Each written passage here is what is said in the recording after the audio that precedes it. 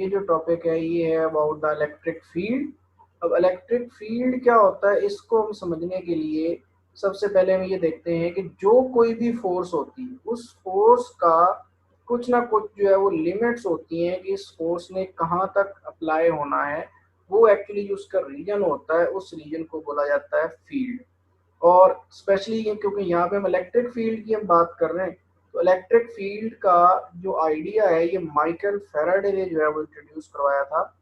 और उसने एक्चुअली इसको एक्सप्लेन करने की कोशिश की थी कि अगर दो चार्जेस हैं, एक जिसका नाम Q है और दूसरा जो जिसका नाम Q नॉट है, नॉर्मली इनको टेस्ट चार्ज बोला जाता है।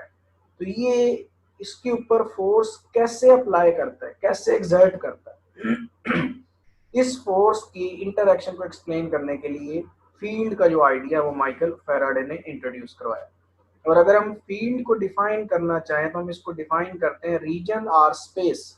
ये रीजन है, ये स्पेस है अराउंड अ चार्ज, एक चार्ज के गिर्द एक स्पेस है जिसमें वो वाला चार्ज किसी दूसरे चार्ज के ऊपर फोर्स एक्सर्ट करता है। तो ये जो रीजन होगा इस रीजन को बोला जाएगा that is the electric field. Number one ये क्या है कि ये एक रीजन है, एक स्पेस है किसी चार्ज के गिर्द, जिस चार्ज का आप फील्ड स्टडी करना चाह रहे हैं, लेट्स से ये वाला चार्ज है, तो वो दूसरे चार्ज के ऊपर कितनी फोर्स एक्सर्ट करेगा ये जो है और कहाँ तक एक्सर्ट करेगा, वो जो रीजन होगा उस रीजन को बोला जाएगा that is the electric field. और अगर आपने इलेक्ट्रिक फील्ड की स्ट्रेंथ चेकआउट करनी हो कि ये फील्ड जो है ये कितनी फोर्स किसी दूसरे चार्ज पे लगा सकता है, तो उसको एक और फैक्टर की फॉर्म में स्टडी किया जाता है और उसको बोला जाता है इलेक्ट्रिक फील्ड इंटेंसिटी। और अगर इसको डिफाइन करना हो तो इसको डिफाइन करने का जो वर्ड्स हैं कुछ इस तरह करके हैं, it is the force exerted by a charge on a test charge. एक टेस्ट चार्ज के ऊपर दूसरा चार्ज जो है वो कितनी फोर्स एक्सर्ट करता है उसको बोला जाएगा that is the electric field intensity. और वो यहाँ से आप देख सकते हैं कि लेट्स से ये वो चार्ज है जिसका आप फील्ड स्टडी करना चाह रहे हैं और ये वो चार्ज है जो कि टेस्ट चार्ज के तौर पे एक्ट कर रहा है। और अगर इसका फॉर्मूला की बात की है तो इसका जो फॉर्मूला है वो कुछ इस तरह करके है जिसको आप समझ सकते हैं that is the E is equal to F over q not.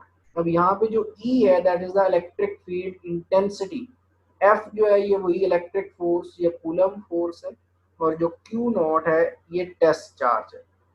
और अगर आप इसको फर्दर एक्सटेंड करें तो आप इसको लिख सकते हैं that electric field intensity is equal to k q over r square और ये आर यूनिट वेक्टर।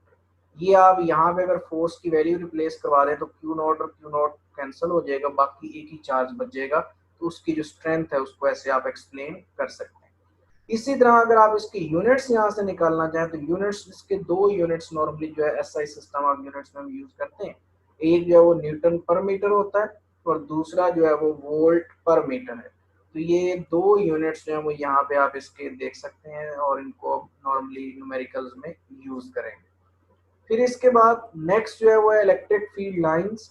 अब इलेक्ट्रिक फील्ड लाइंस क्या होती है, जो इलेक्ट्रिक फील्ड है ये हमें नजर नहीं आता, हम इसको एक तरह से जो है वो जज करते हैं किसी और चार्ज को उसके नजदीक लाके। तो वो जो फील्ड है उसको इमेजिनरी लाइंस के थ्रू जो है वो एक्सप्लेन किया जाता है या उसको ड्रॉ किया जाता है। ये आइडिया भी माइकल फेराडे का था और उन इमेजिनरी लाइंस को जो है वो इलेक्ट्रिक फील्ड लाइंस बोला जाता है, जिसकी डेफिनेशन आपको यहाँ पे ये नजर आ रही है। Imaginary lines used to represent the direction and strength of electric field are called electric field lines। तो imaginary lines हैं जो कि strength और direction of electric field को explain करने के लिए यूज की जाती है। फिर इसके बाद अगर फर्दर हम इनको एक्सटेंड करें तो ये जो इलेक्ट्रिक फील्ड लाइंस होती हैं ये एक्चुअली स्ट्रेंथ को कैसे एक्सप्लेन करती हैं कि जो number of lines per unit area है किसी भी एरिया में से जो पास करती हैं, नंबर ऑफ लाइंस वो प्रोपोर्शनल होती हैं वहां पे स्ट्रेंथ ऑफ द फील्ड के। मतलब एक रीजन में से जितनी ज्यादा लाइंस पास करेंगी उतना ही वहां पे फील्ड की स्ट्रेंथ जो है वो ज्यादा होगी। इसको आप ये इस डायग्राम में देख सकते हैं। अगर ये ए शेप की आप बात करें तो यहाँ पे नंबर ऑफ लाइंस आपको एक तरह से जो है वो कम नजर आ रही है as compared to B and सी।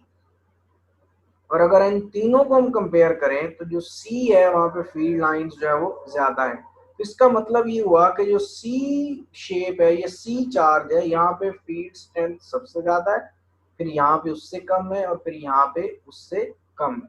तो इस तरह करके ये जो अबव स्टेटमेंट है इसको आप अंडरस्टैंड कर सकते हैं और जस्टिफाई कर सकते हैं कि जो नंबर ऑफ फील्ड लाइंस हैं वो प्रोपोर्शनल होती हैं to the magnitude of the field. फिर इसके बाद नेक्स्ट जो है वो electric field lines different charge की रिप्रेजेंटेशन से हम देखते हैं कि ये किस तरह करके जो है वो एक्ट करता है। लेट्स से हमारे पास ये दो चार्जेस हैं, ये सेपरेट है, आइसोलेटेड चार्जेस हैं। एक चार्ज पॉजिटिव है और दूसरा नेगेटिव है, ये आइसोलेटेड चार्जेस हैं। और इसमें ये पॉजिटिव चार्ज है, पॉजिटिव चार्ज से फील्ड लाइन जो है वो रेडियली आउटवर्ड होती हैं, और जो नेगेटिव चार्ज होता है उससे रेडियली इनवर्ड होती है। फिर अगर दो चार्जेस हो तो दो चार्जेस में दो पॉसिबिलिटी हो सकती है, क्या वो सिमिलर चार्जेस हैं या वो अपोजिट चार्जेस हैं। अगर सिमिलर चार्जेस होंगे तो उस केस में जो इलेक्ट्रिक फील्ड लाइंस हैं उनकी जो ओरिएंटेशन है वो कुछ इस तरह करके होंगी। और आप यहाँ से देख सकते हैं कि इन दोनों चार्जेस के दरमियान में एक ऐसा रीजन होगा जहाँ पे कोई इलेक्ट्रिक फील्ड लाइन नहीं होगी, और एक्चुअली इस रीजन में कोई इलेक्ट्रिक फील्ड नहीं है, और इस रीजन को बोला जाता है that is the charge free region. जो कि एग्जाम्पल और न्यूमेरिकल में एक दफ़ा आपको कैलकुलेट करने को कहा गया है कि फाइंड आउट करें कि चार्ज फ्री रीजन कहाँ है।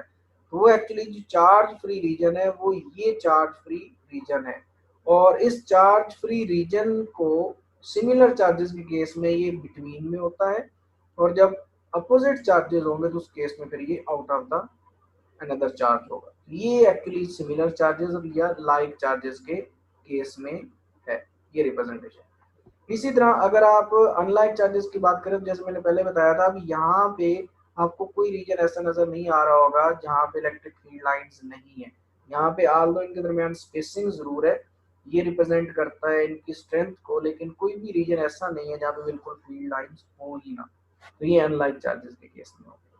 इसके बाद इलेक्ट्रिक फील्ड लाइंस की प्रॉपर्टीज हैं जो कि बहुत ज़रूरी है समझना।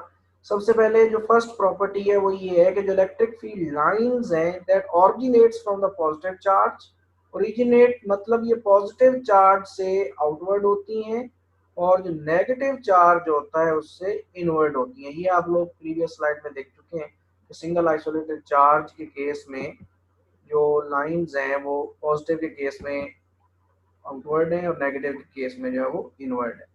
फिर इसी तरह इलेक्ट्रिक फील्ड लाइंस को यूज करते हुए अगर किसी भी पॉइंट पे आप direction of field find out करना चाहें तो वो वहां पे टेंजेंट ड्रॉ करके चेकआउट की जाती है। अब टेंजेंट क्या होता है उसको एक्सप्लेन करने के लिए यहाँ पे ये एक इलेक्ट्रिक फील्ड लाइन कंसीडर की गई है। जो ये लाइन आपको नजर आ रही है एक्चुअली ये क्या है, ये इलेक्ट्रिक फील्ड लाइन है, ये कर्व की फॉर्म में।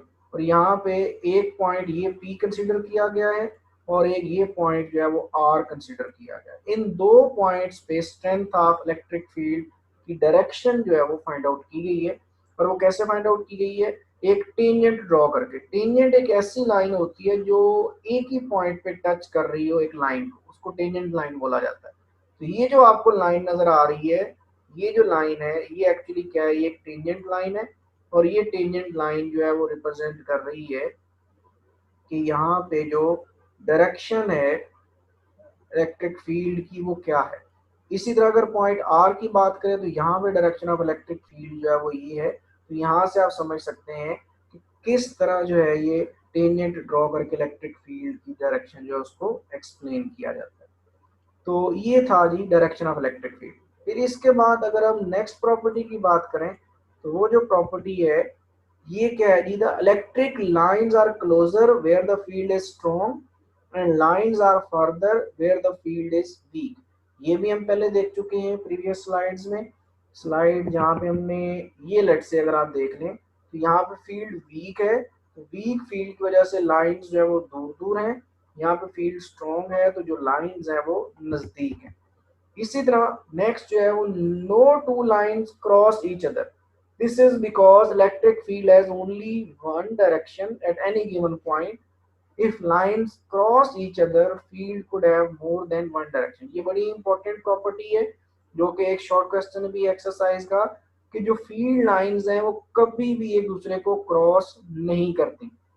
और उसकी वजह क्या है कि अगर दो फील्ड लाइंस एक दूसरे को क्रॉस करेंगी तो जो इलेक्ट्रिक फील्ड की डायरेक्शन होगी एट दैट पॉइंट वो एक नहीं होगी बल्कि एक से ज्यादा होगी। ये पॉइंट यहाँ पे डायग्राम में आपको नजर आ रहा होगा, ये वो पॉइंट है जहाँ पे फील्ड लाइंस एक दूसरे को क्रॉस कर रही हैं।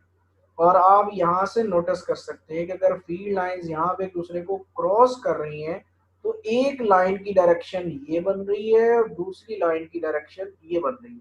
ये एक्चुअली जो दो टेंजेंट्स ड्रॉ किए गए हैं, ये जो टेंजेंट्स हैं इनकी डायरेक्शन जो है वो डिफरेंट है। और यही जो है वो उसके जो है वो रिलेट नहीं कर रहा कि ऐसा पॉसिबल नहीं है कि एक इलेक्ट्रिक फील्ड जो है उसकी एक से ज़्यादा डायरेक्शन हो। तो वो ये वाला पॉइंट है जहाँ पे फील्ड लाइंस क्रॉस कर रही हैं और इस पॉइंट पे फील्ड लाइंस एक दूसरे को क्रॉस करने के बाद एक से ज़्यादा डायरेक्शंस बना रही हैं।